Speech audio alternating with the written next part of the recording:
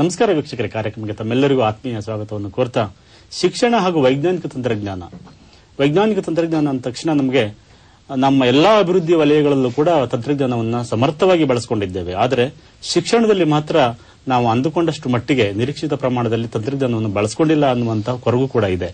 ಈ ಹಿನ್ನೆಲೆಯಲ್ಲಿ ನಾವು ಶಿಕ್ಷಣದ ಅಭಿವೃದ್ಧಿಗೆ, ಶಿಕ್ಷಣದ ಗುಣಮಟ್ಟಕ್ಕೆ ತಂತ್ರಜ್ಞಾನದ ಅಭಿವೃದ್ಧಿ, ಪ್ರಗತಿ ಹಾಗೂ ಅದರ ಬಳಕೆಯನ್ನ ಹೇಗೆ ಬಳಸಿಕೊಳ್ಬಹುದು ಅನ್ನುವಂತಹ ವಿಚಾರವಾಗಿ ಸಾಫ್ಟ್ವೇರ್ ಉದ್ಯಮಿ ಆದಂತಹ ಶ್ರೀಯುತ ವೀರು ಉಪ್ಪಿನ್ ಅವರು ಹಲವಾರು ಪ್ರಗತಿಪರವಾದಂತಹ ಚಿಂತನೆಗಳನ್ನು ನಡೆಸಿ ಈಗಾಗಲೇ ಸಾಫ್ಟ್ವೇರ್ ಉದ್ಯಮದಲ್ಲಿ ಅತ್ಯಂತ ಹೆಸರು ಮಾಡಿ ಶಿಕ್ಷಣ ಕ್ಷೇತ್ರದಲ್ಲಿ, ಲೈಬ್ರರಿಯಲ್ಲಿ, ಪರೀಕ್ಷೆಯ ವಿಧಾನಗಳಲ್ಲಿ ತಮ್ಮ ಸಾಫ್ಟ್ವೇರ್ ಅನ್ನು ಬಳಸುವುದರ ಮೂಲಕ ಗುಣಮಟ್ಟದ ಶಿಕ್ಷಣವನ್ನು ಹೇಗೆ ಪಡಿಬಹುದು ಅನ್ನುವಂತಹ ವಿಚಾರವನ್ನ ಹೆಚ್ಚೆಚ್ಚು ಪ್ರಗತಿಪರವಾದಂತಹ ಚಿಂತನೆಯಲ್ಲಿ ಬೆಳೆಸುವಂತಹ ಹಿನ್ನೆಲೆಯಲ್ಲಿ ಅವರನ್ನ ಕಾರ್ಯಕ್ರಮಕ್ಕೆ ಸ್ವಾಗತಿಸೋಣ. ನಮಸ್ಕಾರ. ಕಾರ್ಯಕ್ರಮಕ್ಕೆ ಸ್ವಾಗತ. ನಮಸ್ಕಾರ. ಶ್ರೀಯುತ ವೀರು ಉಪ್ಪಿನ್ ಅವರ ಒಂದು ಕಿರುಪರಿಚಯ ಮಾಡಿಕೊಳ್ಳೋಣ ವೀಕ್ಷಕರೇ. ಶ್ರೀಯುತರು ಬೆಳಗಾಂ ಜಿಲ್ಲೆ ರಾಮದುರ್ಗ ತಾಲೂಕಿನ ಅತ್ಯಂತ ಹಿಂದುಳಿದ ಹಳ್ಳಿ ಸೊರೆಭಾನ್ ಗ್ರಾಮದಲ್ಲಿ ಜನಿಸಿರ್ತಾರೆ. ಇವರು ಪ್ರಸ್ತುತ ಹುಬ್ಬಳ್ಳಿಯಲ್ಲಿ ತಮ್ಮ ನೆಲೆಯನ್ನ ಕಂಡುಕೊಂಡು ಒಬ್ಬ ಮನುಷ್ಯ ಅತ್ಯಂತ ಕಷ್ಟಗಳು ಬಂದಾಗ ಕಷ್ಟಗಳಿಗೆ ಎದೆಗುಂದದೆ ಅಂತ ಸಮಸ್ಯೆಗಳನ್ನ ಸವಾಲಾಗಿ ತೆಗೆದುಕೊಂಡು ಯಶಸ್ವಿಯ ತುತ್ತ ತುದಿಯಲ್ಲಿ ಉತ್ತುಂಗವನ್ನ ಏರಿರುವಂತಹ ಕೆಲವೇ ವ್ಯಕ್ತಿಗಳಲ್ಲಿ ಶ್ರೀಯುತರು ಕೂಡ ಒಬ್ರು ಅನ್ನುವಂಥ ಹಿನ್ನೆಲೆಯಲ್ಲಿ ಇವರ ಸಾಧನೆಯನ್ನ ಗುರುತಿಸಿ ಒಂದು ಪರಿಚಯ ಬಹಳಷ್ಟು ಪ್ರಸ್ತುತ ಅನ್ನುವಂಥ ಹಿನ್ನೆಲೆಯಲ್ಲಿ ಇವರು ಹಲವಾರು ಸಾಧನೆಗಳನ್ನ ಮಾಡಿರ್ತಾರೆ. ಈ ಹಿನ್ನೆಲೆಯಲ್ಲಿ 165 ಕಾಲೇಜುಗಳಿಗೆ ಗ್ರಂಥಾಲಯದ ಗಣಕೀಕರಣ ಅಂದರೆ ಲೈಬ್ರರಿ ಆಟೋಮೇಷನ್ ಅನ್ನ ಪರಿಚಯ ಮಾಡಿಸಿರುವಂತಹ ಹೆಗ್ಗಳಿಕೆಯನ್ನ ಪಡ್ಕೊಂಡಿರ್ತಾರೆ. ಶ್ರೀಯುತರು ಅಲ್ಲದೆ 3 ವಿಶ್ವವಿದ್ಯಾನಿಲಯಗಳಿಗೆ ಲೈಬ್ರರಿ ಆಟೋಮೇಷನ್ ಅನ್ನ ಮಾಡಿರ್ತಾರೆ.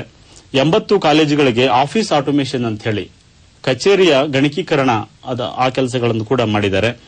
2 ವಿಶ್ವವಿದ್ಯಾನಿಲಯಗಳಿಗೆ ಮತ್ತು 4 ಸ್ವಾಯತ್ತ ಕಾಲೇಜುಗಳಿಗೆ ಇವರು ಪರೀಕ್ಷಾ ಗಣಕೀಕರಣ ಅಂದರೆ ಎಕ್ಸಾಮಿನೇಷನ್ ಆಟೋಮೇಷನ್ ಅನ್ನ ಪ್ರಯೋಗವನ್ನ ಅಳವಡಿಸಿ ಹೊಸ ಭರವಸೆಯ ಶಿಕ್ಷಣದಲ್ಲಿ ಒಂದು ಹೊಸ ಭರವಸೆಯ ಗುಣಮಟ್ಟದ ಬದುಕನ್ನ ಅಥವಾ ಹೊಸ ಅಭಿವೃದ್ಧಿಯನ್ನ ತರೋದ್ರಲ್ಲಿ ಕ್ರಾಂತಿಕಾರಕವಾದಂತಹ ಕೆಲಸವನ್ನ ಮಾಡಿದ್ದಾರೆ. ಇಂತಹ ಇವರನ್ನ ಮತ್ತೊಮ್ಮೆ ಕಾರ್ಯಕ್ರಮಕ್ಕೆ ಸ್ವಾಗತಿಸ್ತೇನೆ.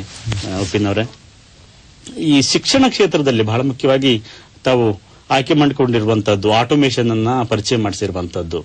ಈ ಶಿಕ್ಷಣ ಕ್ಷೇತ್ರವನ್ನು ಆಯ್ಕೆ ಮಾಡಿಕೊಳ್ಳೋದಕ್ಕೆ ಪ್ರಥಮವಾಗಿ ಏನು ಕಾರಣ? ಯಾಕಂದ್ರೆ ಲಾಭದಾಯಕ ಬೇರೆ ಬೇರೆ ರಂಗಗಳು ಇದಾವೆ ಇವತ್ತು.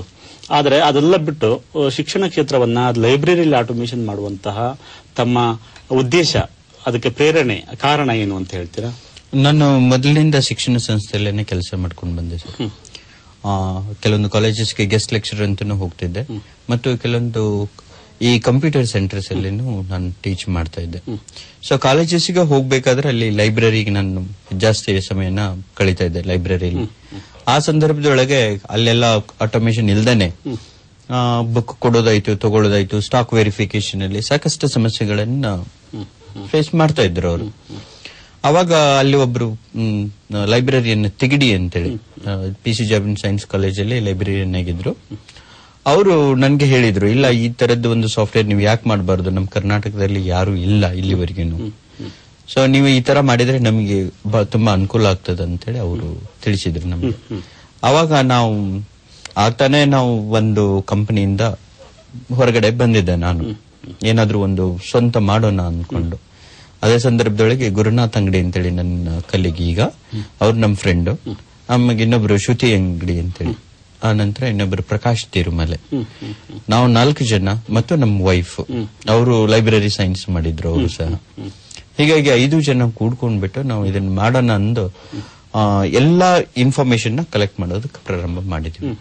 ಬೇರೆ ಬೇರೆ ಕಾಲೇಜ್ಗಳಿಗೆ ಹೋಗಿ ಅಲ್ಲಿ ಇರುವಂತ ಲೈಬ್ರರಿಯನ್ಸ್ ಅವರಲ್ಲಿ ಸಮಸ್ಯೆಗಳು ಏನಿದಾವು, ಆಟೋಮೇಷನ್ ಮಾಡೋದ್ರಿಂದ ಅವರಿಗೆ ಅದನ್ನ ಯಾವ ರೀತಿ ನಾವು ಅದನ್ನ ರೆಡ್ಯೂಸ್ ಮಾಡಬಹುದು ಅಂತೇಳಿ ಅದನ್ನೆಲ್ಲ ವಿಚಾರ ಮಾಡ್ಕೊಂಡ್ಬಿಟ್ಟು ನಾವು ಪ್ರಾರಂಭ ಮಾಡಿದೀವಿ. ಪ್ರಾರಂಭ ಮಾಡುವಾಗ ಕೆಲವೊಂದು ಸವಾಲುಗಳು, ಏನೆಲ್ಲ ಸವಾಲುಗಳನ್ನ ಎದುರಿಸಬೇಕಾಯ್ತು? ನಾವು ಇದನ್ನೆಲ್ಲ ಸಮಸ್ಯೆಗಳನ್ನ ಕಲೆಕ್ಟ್ ಮಾಡ್ಬಿಟ್ಟು ಅವ್ರಿಗೆ ಬೇಕಂತಾರ ನಾವು ಸಾಫ್ಟ್ವೇರ್ನೆಲ್ಲ ರೆಡಿ ಮಾಡಿದ್ವಿ. ಬಟ್ ನಮಗ್ ಸಮಸ್ಯೆ ಏನ್ ಬಂತಂದ್ರೆ ಇದನ್ನ ಎಲ್ಲಿ ಹಾಕ್ಬೇಕು, ಈಗ ಯಾರು ಇದನ್ನ ಪರ್ಚೇಸ್ ಮಾಡೋರು, ಯಾರಾದ್ರೂ ಒಬ್ರು ಪರಿಚಯ ಮಾಡಿಕೊಡ್ಬೇಕು. ಈಗ ನಿಮ್ ಪ್ರಾಡಕ್ಟ್ ಗೆ ಮಾರ್ಕೆಟಿಂಗ್ ಬಹಳ ಮುಖ್ಯ ಅವಶ್ಯ ಆಯ್ತು. ಅವಶ್ಯ ಆದವಾಗ ನನ್ನ ರೂಮ್ಮೇಟ್ಸ್ ಒಬ್ರು ನಾಗರಾಜ್ ಜಿಜಿ ಅಂತೇಳಿ ಅವರು ಪ್ರಜಾವಾಣಿಯಲ್ಲಿ ಕೆಲಸ ಮಾಡ್ತಿದ್ರು. ಅವರು ನಮ್ ಎಫರ್ಟ್ಸ್ ನಮ್ ಟೀಮ್ ವರ್ಕ್ ಎಲ್ಲ ನೋಡಿದ್ರು. ಅವರು ಅವ್ರಿಗೆ ಅದೊಂದು ಭರವಸೆ, ಇವರಿಗೆ ಹೆಲ್ಪ್ ಮಾಡಿದ್ರು, ಇವ್ರು ಮಾಡ್ತಾರ ಅನ್ನೋ ಭರವಸೆಯಿಂದ ಅವ್ರು ಏನ್ ಮಾಡಿದ್ರು, KLE ಸಂಸ್ಥೆಯಲ್ಲಿ ಫಾರ್ಮಸಿ ಕಾಲೇಜ್ ಪ್ರಿನ್ಸಿಪಲ್ರಿಗೆ ಒಂದ್ಸರಿ ಅವರು ಅಪ್ರೋಚ್ ಮಾಡಿದ್ರು. ನಾನು ಅವ್ರ ಜೊತೆಲೆ ಹೋದವಾಗ ಅವರು ಹೇಳಿದ್ರು, ಇಲ್ಲ ಈ ಸಾಫ್ಟ್ವೇರ್ ನ ನೀವು ಹಾಕಿಸ್ಕೊಳ್ಳಿ, ಒಳ್ಳೆ ಲೈಬ್ರರಿ ಮಾಡಿದೀರಾ ನೀವು, ಅದರಲ್ಲಿ ಆಟೋಮೇಶನ್ ಅನ್ನೋದಿತ್ತು ಅಂದ್ರೆ ಅದಕ್ಕಿನ್ನೂ ಹೆಚ್ಚಾಗಿ ಪ್ರಾಮುಖ್ಯತೆ ಕೊಟ್ಟಂಗಾಗತ್ತೆ ಅಂತ ಅವರು ಪ್ರಿನ್ಸಿಪಲ್ರಿಗೆ ಕನ್ವಿನ್ಸ್ ಮಾಡಿದ್ರು. ಪ್ರಿನ್ಸಿಪಲ್ರು ಅವ್ರು ಇಮಿಡಿಯೇಟ್ ಆಗಿ ನಮ್ಮನ್ನ ನಂಬೋದು ತುಂಬಾ ಕಷ್ಟ. ಅದ್ರನ್ನು ಒಂದೇನೋ ಹೇಳಿದ್ರು ಅವರು, ಇಲ್ಲ ನೀವು ಸ್ಟಾರ್ಟ್ ಮಾಡಿ, ಅದಕ್ಕೆ ಏನಿದೆ ಅದನ್ನ ನಾನು ಕೊಡ್ತೀನಿ, ಇಷ್ಟು ಅಮೌಂಟ್ ಅಂತ ನಾನು ಹೇಳಲ್ಲ ಅಂತ ಹೇಳಿದ್ರು. ಆಯ್ತು ಅಂತೇಳಿ ನಾವು ಪ್ರಾರಂಭ ಮಾಡಿದ್ವಿ. ಆ ಟೈಮಲ್ಲಿ ನಮಗೆ ಸಿಸ್ಟಮ್ಸ್ ಹಾಕೋದಕ್ಕೆ ದುಡ್ಡಿರ್ಲಿಲ್ಲ. ಆಗ್ತಾನೆ ಮ್ಯಾರೇಜ್ ಆಗಿತ್ತು ನಂದು, ಒಳ್ಳೆ ಸಮಸ್ಯೆಯಲ್ಲಿ ಇದ್ದೀವಿ. ಸರಿ ಇರ್ಲಿ ಅಂತೇಳಿ ಒಂದು ಸೆಕೆಂಡ್ ಹ್ಯಾಂಡ್ ಮಷಿನ್ ತಗೊಂಡ್ಬಿಟ್ಟು ಮನೆಯಲ್ಲಿ ಇಟ್ಕೊಂಡು ಅದನ್ನ ವರ್ಕ್ ಮಾಡಕ್ ಪ್ರಾರಂಭ ಮಾಡಿದ್ವಿ. ಮತ್ತು ಇದೇನು ಫಾರ್ಮಸಿ ಕಾಲೇಜಲ್ಲೇನೆ ಕುಂತ್ಕೊಂಡು ಅಲ್ಲೇನೆ ಸಾಫ್ಟ್ವೇರ್ ಡೆವಲಪ್ ಮಾಡೋದಕ್ಕೆ ಪ್ರಾರಂಭ ಮಾಡಿದ್ವಿ. ಅದರಿಂದ ಒಂದು ಅಡ್ವಾಂಟೇಜ್ ಏನಾಯ್ತು ಅಂದ್ರೆ ನಮ್ಗೆ ಅಲ್ಲಿ ಲೈಬ್ರರಿಯಲ್ಲಿ ಏನೇನ್ ಪ್ರಾಬ್ಲಮ್ಸ್ ಬರುತ್ತೆ ನಾವು ಕಣ್ಣಾರೆ ನೋಡ್ತಿದ್ವಿ. ಅದನ್ನ ಹೆಂಗೆ ರಿಡ್ಯೂಸ್ ಮಾಡಕ್ ಸಾಧ್ಯತೆ, ಅದನ್ನ ಏನ್ ಮಾಡ್ಬೇಕು ಅನ್ಕೊಂಡು ಈಗ ಸತತವಾಗಿ 3.5 ತಿಂಗಳು ಅದನ್ನ ಡೆವಲಪ್ ಮಾಡಿ ಅವರಿಗೆ ಸಕ್ಸಸ್ಫುಲ್ ಆಗಿ ರನ್ ಮಾಡಿಕೊಟ್ಟಿವಿ. ಅವರು ತುಂಬಾ ಮೆಚ್ಚುಗೆಯನ್ನು ಕೊಟ್ಟರು ಅದಕ್ಕೆ. ಅದರ ಜೊತೆಗೆ ಅವರು ಅಪ್ರಿಸಿಯೇಷನ್ ಲೆಟರ್ನು ಕೊಟ್ರು, ಇಲ್ಲ I am very much happy, ಇಲ್ಲ ನೀವು ತಗೊಳ್ಳಿ ಅಂತೇಳಿ. ಅದು ಅಲ್ದೇನೆ ಅವಾಗ ನಮ್ಗೆ ಒಂದು ಕಾನ್ಫಿಡೆನ್ಸ್ ಬಂತು. ಮತ್ತೆ ಅವರು ಒಂದು ದುಡ್ಡನ್ನು ಕೊಟ್ರು ಅವಾಗ ಅದಕ್ಕೆ. ಅದೇ ದುಡ್ಡೇ ನಮ್ಗೆ ಬಂಡವಾಳ ಅವಾಗ ಅಲ್ಲಿಂದ ಪ್ರಾರಂಭ ಆಯ್ತು. ಈ ತರ ಡೆವಲಪ್ ಮಾಡ್ಕೊಂಡು ಬಂದಿವಿ ಸರ್. ತಾವು ಪ್ರಾರಂಭದಲ್ಲಿ ಒಂದು ಕಷ್ಟಕರ ಅಥವಾ ಸಣ್ಣ ಪ್ರಮಾಣದಲ್ಲಿ ಉದ್ಯಮವನ್ನು ಸ್ಟಾರ್ಟ್ ಮಾಡಿದ್ರಿ. ಈಗ ಸರಿಸುಮಾರು 80 ಕಾಲೇಜುಗಳಿಗೆ ಆಫೀಸ್ ಆಟೋಮೇಶನ್ ಕೂಡ ಹಾಕು ಮಟ್ಟಕ್ಕೆ, ಮತ್ತೆ 2 ಕಾಲೇಜುಗಳಿಗೆ, ವಿಶ್ವವಿದ್ಯಾನಿಲಯಗಳಿಗೆ, 4 ಸ್ವಾಯತ್ತ ಕಾಲೇಜುಗಳಿಗೆ ನೀವು ಆಟೋಮೇಶನ್ ಅನ್ನ ಅಪ್ಲೈ ಮಾಡ್ತಾ ಇದ್ದೀರಿ. ಮುಂದಿನ ವಿಚಾರಧಾರಿಗಳು ಕರ್ನಾಟಕ ರಾಜ್ಯದ ಒಂದು ಎಲ್ಲಾ ಹಂತದಲ್ಲೂ ಕೂಡ ವ್ಯಾಪಕವಾಗಿ ಅಳವಡಿಸೋದಕ್ಕೆ ಏನೇನು ಕಾರ್ಯಕ್ರಮಗಳನ್ನ ಹಾಕೊಂಡಿದ್ದೀರಿ?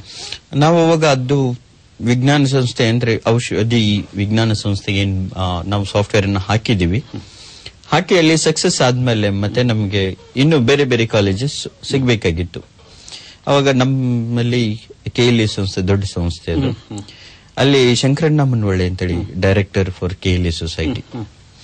ಸೊ ನಾಗರಾಜ್ ಅವ್ರು ಏನ್ ಮಾಡಿದ್ರು, ಇಲ್ಲ ಇವರಿಗೆ ಅಪ್ರೋಚ್ ಆದ್ರೆ ನಿಮಗೆ ಸ್ವಲ್ಪ ಅನುಕೂಲ ಆಗ್ಬಹುದು, ಅವ್ರಿಗೆ ಹೋಗಿ ಭೇಟಿ ಆಗೋಣ ಅನ್ಕೊಂಡು ನಮ್ಮನ್ನ ಅಲ್ಲಿ ಕರ್ಕೊಂಡು ಹೋದ್ರು. ಹೇಳಿದ್ರು ಈ ತರ ಮಾಡಿದಾರೆ, ಈ ತರ ಎಲ್ಲ ಇದೆ ಅಂತ. ಅವರು ಪ್ರಿನ್ಸಿಪಲ್ ಜೊತೆ ಮಾತಾಡ್ಬಿಟ್ಟು ನಮ್ಮ ವರ್ಕ್ ಎನ್ವೈರನ್ಮೆಂಟ್ ಮತ್ತೆ ಅವರು ಡೈರೆಕ್ಟ್ ಆಗಿ ನಂಬೋದನ್ನು ಕಷ್ಟನೇ. ಅವರು ನಮ್ಮ ವರ್ಕ್ ಮಾಡಿರೋದು ಮತ್ತೆ ನಮ್ಮ ಟೀಮ್ ಎಫರ್ಟ್ಸ್ ಎಲ್ಲ ನೋಡ್ಬಿಟ್ಟು ಆ ನಂತರ ನಮಗೆ ಹೆಡ್ ಆಫೀಸಿಗೆ ಅವರು ರೆಕಮೆಂಡ್ ಮಾಡಿದ್ರು, ಇಲ್ಲ ಇವ್ರದ್ದು ಸಾಫ್ಟ್ವೇರ್ ಚೆನ್ನಾಗಿದೆ, ಇದನ್ನ ನಿಮ್ಗೆ ಎಲ್ಲೆಲ್ಲಿ ಹಾಕ್ಬೇಕು ಹಾಕಿಸ್ಕೊಳ್ಳಿ ಅಂತೇಳಿ. ಸೊ ಅವಾಗ ಅವರು ಫೋನಲ್ಲೇನೆ ಹೇಳಿದ್ರು, ಇಲ್ಲ ಇವರು ನಮ್ಗೆ ಅಗದಿ ಬೇಕಾದವರು ಮತ್ತೆ ಅವ್ರ ವರ್ಕ್ ಎಲ್ಲ ಚೆನ್ನಾಗಿದೆ. ಅವ್ರು ಹೇಳಿದ ಮಾತು ಇನ್ನೂ ಒಂದು ಈಗ ಹೇಳೋದಕ್ಕೆ ಇಷ್ಟಪಡ್ತೀನಿ ನಾನು. ಅವ್ರು ಏನ್ ಹೇಳಿದ್ರು ಅಂದ್ರೆ, ಇವರು ನಮ್ಮ ಹುಡುಗ, ಅವ್ರು ಏನಾದ್ರೂ ಕೆಲಸ ಸರಿ ಮಾಡ್ಲಿಲ್ಲ ಅಂದ್ರೆ ನೀವು ನನ್ನನ್ನು ಕೇಳಿ ಅಂದ್ರೆ ಅವ್ರಿಗೆ ಅಷ್ಟು ನಮ್ಮ ವರ್ಕ್ ಮೇಲೆ ಕಾನ್ಫಿಡೆನ್ಸ್ ಇತ್ತು. ಸರ್, ಪ್ರಾರಂಭ ಮಾಡಿದ್ರಿ, ಒಳ್ಳೇದು. ಈಗ ಲೈಬ್ರರಿ ಆಟೋಮೇಶನ್ ಇಂದ ಪ್ರಾರಂಭ ಮಾಡೋಣ. ಲೈಬ್ರರಿ ಆಟೋಮೇಶನ್ ಇಂದ ಅಂದ್ರೆ ಲೈಬ್ರರಿಗೆ ಗಣಕೀಕರಣ ಅಳವಡಿಕೆಯಿಂದ ಓದುಗರಿಗೆ, ಬಹಳ ಮುಖ್ಯವಾಗಿ ಓದುಗರು, ವಿದ್ಯಾರ್ಥಿಗಳ ಓದುವ ಹವ್ಯಾಸವನ್ನ ಪ್ರೇರೇಪಣೆ ಮಾಡೋದಕ್ಕೆ ಸಾಧ್ಯ ಆಯ್ತಾ, ಅಥವಾ ಅದರ ಮೇಲೆ ಯಾವ ಪರಿಣಾಮವನ್ನ ಪ್ರಭಾವವನ್ನ ಉಂಟು ಮಾಡಕ್ ಸಾಧ್ಯ ಆಯ್ತು ತಮ್ಮ ಹೊಸ ತಂತ್ರಜ್ಞಾನ? ಈಗ ಆ ವಿಷಯಕ್ಕೆ ಬಂದವಾಗ ನನ್ಗೆ ನೆನಪಾಗೋದು ಡಾಕ್ಟರ್ SR ರಂಗನಾಥನ್ ಅಂತೇಳಿ, ಫಾದರ್ ಆಫ್ ಲೈಬ್ರರಿ ಸೈನ್ಸ್ ಅಂತ ಹೇಳ್ತೀವಿ ನಾವು. ಅವರು 5 ಲಾಸ್ ಇದೆ. ಅದರಲ್ಲಿ ಒಂದು ಮುಖ್ಯವಾದದ್ದಂದ್ರೆ save the time of reader ಅಂತೇಳಿ. ಈಗ ಯಾವ್ದಾದ್ರು ಒಬ್ಬ ವ್ಯಕ್ತಿ ಲೈಬ್ರರಿಗೆ ಬಂದ ಅಂದ್ರೆ ಅವನಿಗೆ ಬೇಕಾದಂತ ಮಾಹಿತಿಯನ್ನು ಕೊಡಬೇಕಾಗಿದ್ದು ಲೈಬ್ರರಿನ ಕರ್ತವ್ಯ. ಅವ್ರು ಅದನ್ನ ಕೊಡ್ಬೇಕು. ಅವರು ಕೊಡೋದಕ್ಕೆ ಯಾವ ರೀತಿ ಸಾಧ್ಯ ಅಂದ್ರೆ, ಯಾವಾಗ ಅವ್ರು ಫ್ರೀ ಇರ್ತಾರೋ ಅವಾಗ ಮಾತ್ರ ಕೊಡೋದಕ್ಕೆ ಸಾಧ್ಯ. ಯಾಕಂದ್ರೆ ಸಾವಿರಾರು ವಿದ್ಯಾರ್ಥಿಗಳು ಇರ್ತಾರೆ ಕಾಲೇಜಲ್ಲಿ, ಅವರೆಲ್ಲ ನಮ್ಗೆ ಬುಕ್ಸ್ ಬೇಕು, ನಮ್ಗೆ ಆ ಇನ್ಫಾರ್ಮೇಶನ್ ಬೇಕು, ಇದು ಬೇಕು ಅಂತ ಬರ್ತಾ ಇರ್ತಾರೆ.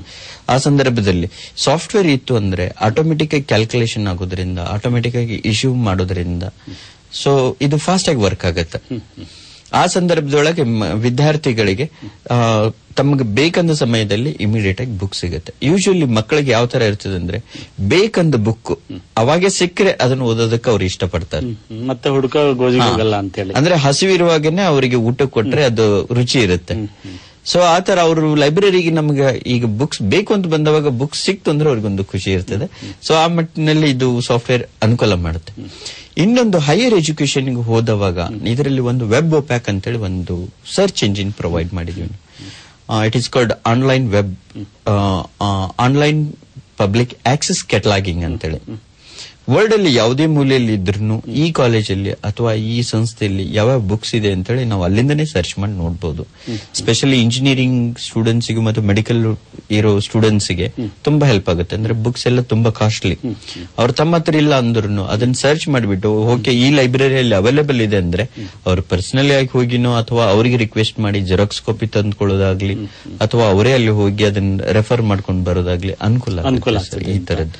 ನಿರ್ವಹಣೆ ದೃಷ್ಟಿಯಿಂದ ಎಷ್ಟು ಅನುಕೂಲ ಆಗಿದೆ ಅಂತೀರಿ ತಾವು?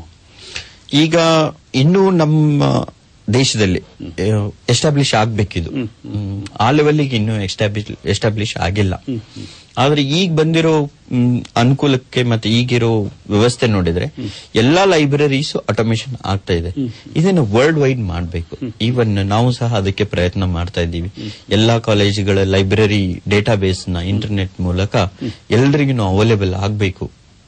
ಆ ತರದೊಂದು ವ್ಯವಸ್ಥೆನೂ ನಾವು ಮಾಡ್ತಾ ಇದೀವಿ. ಅದಾಯ್ತು ಅಂದ್ರೆ ಯಾರಿಗಾದ್ರೂ ಯಾವ ಬುಕ್ ಯಾವ ಕಾಲೇಜಲ್ಲಿದೆ, ಎಲ್ಲಿ ಅವೈಲೇಬಲ್ ಇದೆ ಅದು ಈಗ ಕರ್ನಾಟಕದ ಮಟ್ಟಿಗೆ ಆದ್ರೂ ತಾವು ವ್ಯಾಪಕವಾಗಿ ಇದನ್ನ ವಿಸ್ತಾರ ಮಾಡೋದಕ್ಕೆ ಏನೆಲ್ಲ ಕ್ರಮಗಳನ್ನು ಕೈಗೊಂಡಿದ್ದೀರಿ? ಈಗಾಗಲೇ ನಾವು ಸಾಕಷ್ಟು ಕಾಲೇಜಸ್ಗೆ ಇದನ್ನೆಲ್ಲ ಹಾಕಿದೀವಿ, ಲೈಬ್ರರಿ ಆಟೋಮೇಶನ್ ಹಾಕಿದೀವಿ. ಈಗ ನಾವು ಒಪ್ಯಾಕ್ ಅಂತ ಮಾತ್ರ, ಅಂದ್ರೆ ಆ ಕಾಲೇಜಲ್ಲಿ ಆ ಲೈಬ್ರರಿಗೆ ಹೋದವಾಗ ಮಾತ್ರ ಲೈಬ್ರರಿಯನ್ಸ್ಗೆ ಡಿಸ್ಟರ್ಬ್ ಮಾಡ್ಲಾರ್ದೆ, ಯಾರಿಗೂ ಡಿಸ್ಟರ್ಬ್ ಮಾಡ್ಲಾರ್ದೆ ಬುಕ್ ಇದೇನೋ ಇಲ್ಲೋ ಅವರಲ್ಲೇ ತಮ್ಮ ಟೈಟಲ್ ನ ಅಥವಾ ಆಥರ್ ಮೇಲೆ ಅಥವಾ ಸಬ್ಜೆಕ್ಟ್ ಮೇಲೆ ಸರ್ಚ್ ಮಾಡಿಬಿಟ್ಟು ಇದೇನೋ ಇಲ್ಲೋ ಇರ್ಲಿಲ್ಲ, ಯಾರಿಗೋ ಹೋಗಿತ್ತು ಬುಕ್, ಯಾರಿಗೋ ಕೊಟ್ಟಿದ್ರು, ಯಾರಿಗೆ ಕೊಟ್ಟಿದ್ದಾರೆ, ಯಾವಾಗ ವಾಪಸ್ ಬರ್ತದೆ, ಆ ಎಲ್ಲ ಮಾಹಿತಿನ ಅವ್ರ ಕಂಪ್ಯೂಟರ್ ಅಲ್ಲೇನೆ ನೋಡ್ಕೋಬಹುದು. ಈಗ ಲಾ ಯೂನಿವರ್ಸಿಟಿಗೆ ನಾವು ನಮ್ಮ ಸಾಫ್ಟ್ವೇರ್ ನ ಕೊಟ್ಟಿದೀವಿ. ಲಾ ಯೂನಿವರ್ಸಿಟಿಯಲ್ಲಿ ವೆಬ್ ಒಪ್ಯಾಕ್ ಅನ್ನ ಅಳವಡಿಸಿದೀವಿ. ಅದೇ ತರ ನಾವು ರಾಯಚೂರು ಅಗ್ರಿಕಲ್ಚರ್ ಯೂನಿವರ್ಸಿಟಿ ಆ ಲೈಬ್ರರಿಯಲ್ಲಿನೂ ಸಹ ನಾವು ವೆಬ್ ಒಪ್ಯಾಕ್ ನ ಹಾಕಿದೀವಿ. ಅವ್ರು ಏನ್ ಮಾಡಬಹುದು ಅಂದ್ರೆ ವರ್ಲ್ಡ್ ವೈಡ್ ಅಲ್ಲಿ ಅದ್ ಬುಕ್ಸ್ ಇದೇನೋ ಇಲ್ಲ ಅಂತ ಹೇಳಿ ನೋಡಿ. ಈಗ ತಮ್ಮ ವೆಬ್ ಅನ್ನ ಎಲ್ಲಾ ಯೂನಿವರ್ಸಿಟಿಗಳಿಗೂ ಅಥವಾ ಎಲ್ಲಾ ಕಾಲೇಜ್ಗಳಿಗೂ ಅಥವಾ ವಿಶ್ವವಿದ್ಯಾನಿಲಯಗಳಿಗೂ ಕೂಡ ವಿಸ್ತರಣೆ ಮಾಡೋದಕ್ಕೆ ಸಾಧ್ಯ ಇಲ್ವಾ? ಅದಕ್ಕೆ ಸಂಬಂಧಪಟ್ಟ ಸರ್ಕಾರದ ಇಲಾಖೆಗಳನ್ನ ತಾವು ಅಪ್ರೋಚ್ ಮಾಡೋದಕ್ಕೆ ಮುಂದಾಗಿದ್ದೀರಾ ಅಥವಾ ಏನು ಕ್ರಮಗಳನ್ನ ಕೈಗೊಂಡಿದ್ದೀರಿ ತಾವು? ಇಲ್ಲ, ಈಗ ಏನಾಗ್ತದೆ ಅಂದ್ರೆ ಈಗ ನಾವು ಅವ್ರ ಡೇಟಾಬೇಸ್ ಇರೋದ್ರಿಂದ ಈಗ ನಾವು ಲಾ ಯೂನಿವರ್ಸಿಟಿ ತಗೊಂಡಾಗ ಲಾ ಯೂನಿವರ್ಸಿಟಿ ಡೇಟಾಬೇಸ್ ನ ನಾವು ಅಪ್ಲೋಡ್ ಮಾಡಿರ್ತೀವಿ ಅವ್ರದೇ ಆದ ವೆಬ್ಸೈಟ್ ಅಲ್ಲಿ, ಯೂನಿವರ್ಸಿಟಿ ವೆಬ್ಸೈಟ್ ಅಲ್ಲೇ ಅಪ್ಲೋಡ್ ಮಾಡಿರ್ತೀವಿ. ನಮ್ದು ಸಪರೇಟ್ ಆಗಿ ವೆಬ್ಸೈಟ್ ಇರೋದಿಲ್ಲ. ಅಲ್ಲಿ ಅವರು ಸರ್ಚ್ ಮಾಡಬಹುದು ಇನ್ನುಳಿದವರು. ಈಗ ಇನ್ನೊಂದು ಅನುಕೂಲ ಏನಿದೆ ಅಂದ್ರೆ ಇದರಲ್ಲಿ ಡಿವಿ ಡೆಸಿಮಲ್ ಕ್ಲಾಸಿಫಿಕೇಶನ್ ಅಂತ ಬರುತ್ತೆ. ಅದು ಎಲ್ಲರಿಗೂ ಆ ಶೆಡ್ಯೂಲ್ ನ ಪರ್ಚೇಸ್ ಮಾಡಕ್ಕಾಗಲ್ಲ, ಅದು ತುಂಬಾ ಕಾಸ್ಟ್ಲಿ. ಅವಾಗ ಅವ್ರು ಏನ್ ಮಾಡ್ತಾರೆ, ಯೂನಿವರ್ಸಿಟಿ ಇದರಲ್ಲಿ ಡೇಟಾಬೇಸ್ ನ ಸರ್ಚ್ ಮಾಡಿಬಿಟ್ಟು ಅಲ್ಲಿ ಏನ್ ಕಾಲ್ ನಂಬರ್ ಕೊಟ್ಟಿರ್ತಾರೋ ಆ ನಂಬರ್ ನ ಅಲ್ಲಿ ಕೊಟ್ಕೋಬಹುದು. ಅವರು ಸಹ ಡೇಟಾಬೇಸ್ ನ ಕ್ರಿಯೇಟ್ ಮಾಡ್ಕೊಳ್ಳೋದಕ್ಕೆ ಅನುಕೂಲ ಆಗುತ್ತೆ. ಸೊ ಆತರ ಅವರಲ್ಲೇನೆ ಮಾಡೋದಕ್ಕೆ ನಾವು ಅವಕಾಶನ ಮಾಡಿಕೊಟ್ಟಿದೀವಿ. ಅಂದ್ರೆ ಅವ್ರ ಡೇಟಾಬೇಸ್ ಅವ್ರ ವೆಬ್ಸೈಟ್ ಅಲ್ಲೇನೆ ಹಾಕಿ ಅವ್ರ ಸರ್ಚ್ ನ ಮಾಡ್ತಾ ಹೋಗ್ಬಹುದು. ಈಗ ಲೈಬ್ರರಿ ಆಟೋಮೇಶನ್ ಆಯ್ತು, ಈಗ ಅದಾದ್ಮೇಲೆ ಎಕ್ಸಾಮಿನೇಷನ್ ಆಟೋಮೇಶನ್ ಕೂಡ ಬಹಳಷ್ಟು ವಿಶ್ವವಿದ್ಯಾಲಯಗಳ ಕಾಲೇಜುಗಳಲ್ಲಿ ಕೂಡ ಮಾಡಿದ್ದೀರಿ. ಇದರಿಂದ ಪರೀಕ್ಷೆ ವಿಧಾನ ಹಾಗೂ ಕಲಿಕೆ ಹಾಗೂ ಒಟ್ಟಾರೆ ಕ್ವಾಲಿಟಿ ಆಫ್ ಎಜುಕೇಶನ್ ಅಂತ ಕರಿತೀವಿ, ಶಿಕ್ಷಣದ ಗುಣಮಟ್ಟದ ಮೇಲೆ ಯಾವ ರೀತಿಯಾದಂತಹ ಸಕಾರಾತ್ಮಕವಾದಂತಹ ಪರಿಣಾಮಗಳು ಉಂಟಾಗ್ತದೆ ಅಂತ ಕಂಡುಕೊಂಡಿದ್ದೀರಿ ತಮ್ಮ ಅನುಭವದ ಮೂಲಕ? ಈಗ ನಾವು ಒಟ್ಟು 80 ಕಾಲೇಜಲ್ಲಿ ಆಫೀಸ್ ಆಟೋಮೇಶನ್ ಮತ್ತು 4 ಆಟೋನಮಸ್ ಕಾಲೇಜಲ್ಲಿ, ಒಂದು PG ಜಾಬಿನ್ ಸೈನ್ಸ್ ಕಾಲೇಜ್ ಹುಬ್ಬಳ್ಳಿ, ಇನ್ನೊಂದು Lingaraj college Belgaum, ASP commerce college Bijapur ಮತ್ತು ಲಾಲ್ ಬಹದ್ದೂರ್ ಶಾಸ್ತ್ರಿ ಕಾಲೇಜ್ ಅಟ್ ಸಾಗರ. ಈ 4 ಆಟೋನಮಸ್ ಕಾಲೇಜಲ್ಲಿ ನಮ್ದು ಎಕ್ಸಾಮಿನೇಷನ್ ಸಾಫ್ಟ್ವೇರ್ ನ ಹಾಕಿದ್ದೀವಿ. ಅದಲ್ದೇನೆ ಎಕ್ಸಾಮಿನೇಷನ್ ಆಟೋನಮಸ್ ಅಂತ ಆಟೋಮೇಶನ್ ಅಂತ ಅದ್ರ ಫೀಚರ್ಸ್ ಹೇಗೆ ಸ್ಟಾರ್ಟ್ ಆಗ್ತದೆ? ಅದೇ ಕರ್ನಾಟಕ ಯೂನಿವರ್ಸಿಟಿಯಲ್ಲಿಯೂ ಮತ್ತು ದಾವಣಗೆರೆ ಯೂನಿವರ್ಸಿಟಿಯಲ್ಲಿಯೂ ಈ ಸಾಫ್ಟ್ವೇರ್ ನ ಅಳವಡಿಸಿದ್ದೀವಿ. ಇದ್ರದ್ದು ಅಡ್ವಾಂಟೇಜ್ ಏನಿದೆ ಅಂದ್ರೆ